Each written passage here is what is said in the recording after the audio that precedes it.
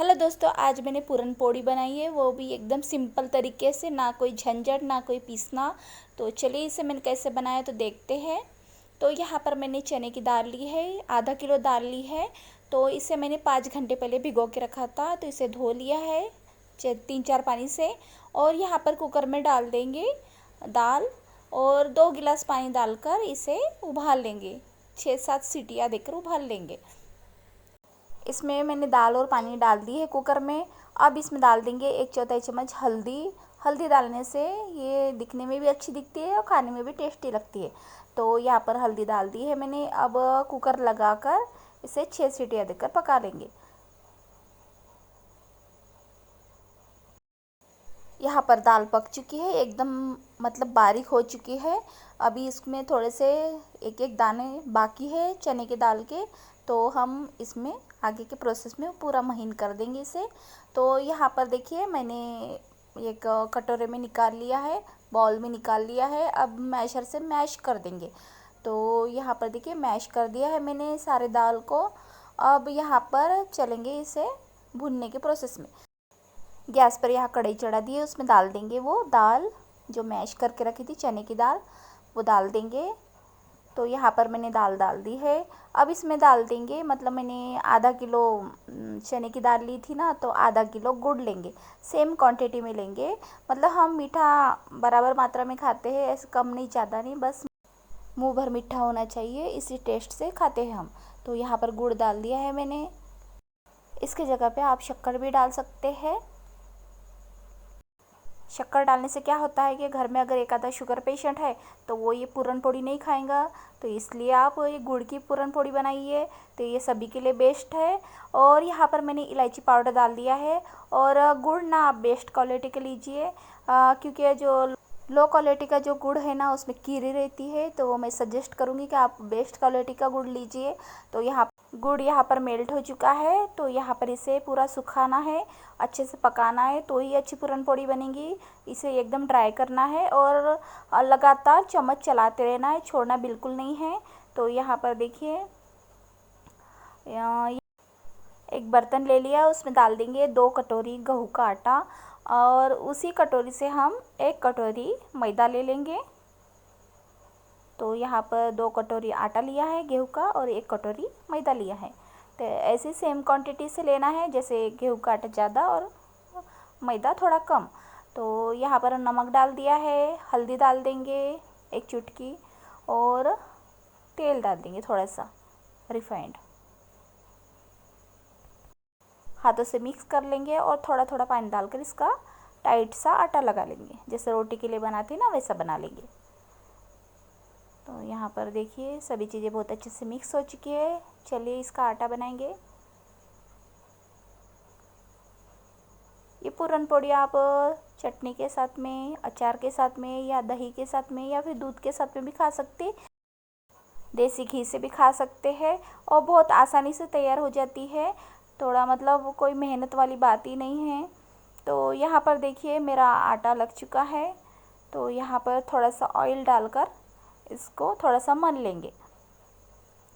तो यहाँ पर देखिए ऑयल डाल दिया है और थोड़ा सा मल लेंगे, और इसे ढककर 10 मिनट तक रहने देंगे, जिससे कि आटा अच्छे से मुड़ सके और अच्छा नरम सॉफ्ट हो सके रोटी।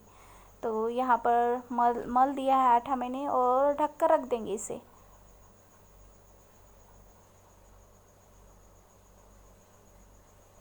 तो यहाँ पर देखिए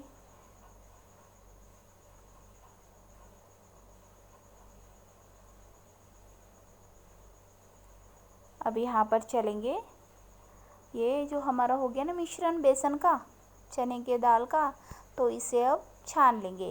जो बारीक बारीक जो चने के दाल के दाने हैं ना, तो वो इसमें रहने से क्या होता है कि रोटी फट जाती है, जब बेलते हैं ना तो रोटी फट जाती। तो इसलिए हम ये पूरे जो बारीक बारीक जो कण है ना चने की दाल के, वो निकाल लेंगे, और यहाँ पर निकाल दिया है।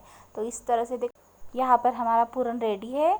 तो यहाँ पर एकदम महीन है, और ये जो दाने हैं ना हम साइड में रख देंगे, और नीचे से ये जो पूरन लगा है ना वो भी निकाल लिया है मैंने। तो यहाँ पर ऐसे वाले स्ट्रेनर से आप नहीं करना चाहती, या फिर नहीं है आपके घर में, तो ये आटे चलनी होती है ना, आटा की चलनी, वो ले सकते हैं इस पे ऐसे रखने का और पूरन इस पे डालने का और हाथों से ऐसे ये करने का, तो भी ऐसा पूरन आपको रेडी मिलेगा। तो यहाँ पर देखिए इसे हम इसके बॉल्स बना देंगे, छोटे छोटे मतलब मीडियम साइज के। तो मैंने पूरन के बड़े बॉल लिए हैं और जो आटा है ना उसके छोटे बॉल लिए। तो आटा इसमें कम ही लेना है, पूरन की जो क्वांटिटी है ना वो ज़्यादा लेना है। तो यहाँ पर इतने बड़े बड़े बनाए हैं।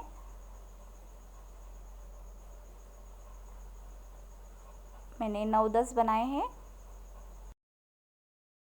पूरन के बॉल्स यहाँ पर रेडी है।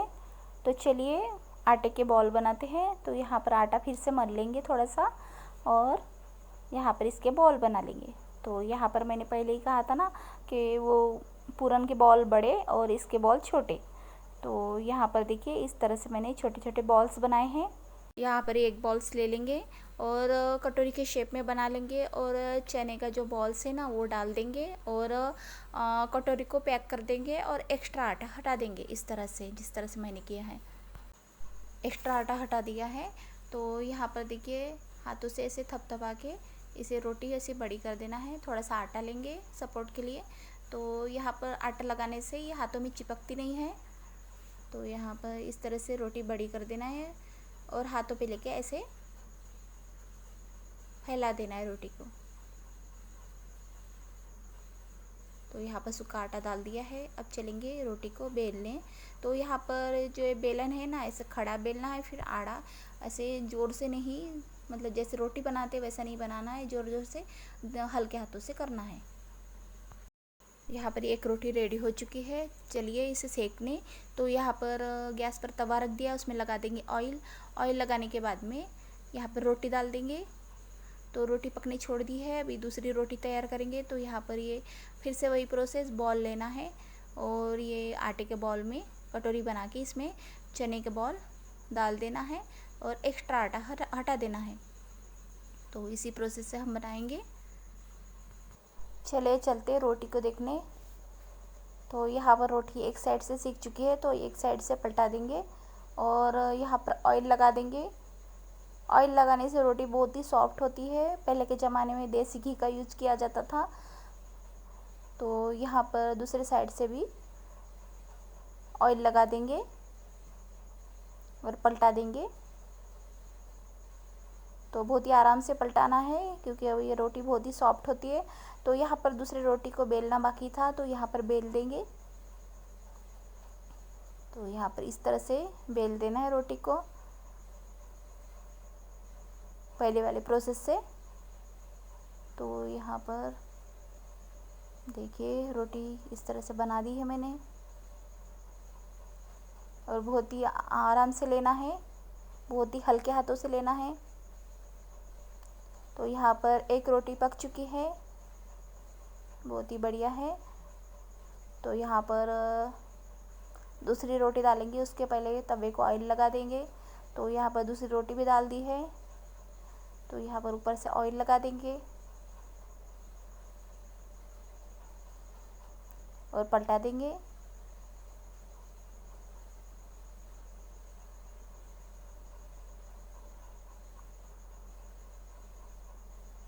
यहाँ पर देखिए हमारी दूसरी भी पूरन की पोड़ी यहाँ पर रेडी है।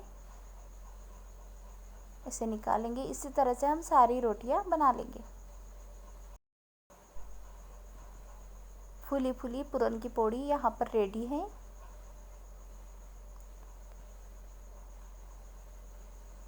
तो यहाँ पर सारी रोटियां मैंने रेडी कर दी है इस तरह से। तो देखिए कितना बढ़िया कलर आया है, एकदम सॉफ्ट बनी है। तो बहुत ही खाने में टेस्टी है। तो चलिए फिर मिलते हैं नेक्स्ट वीडियो में।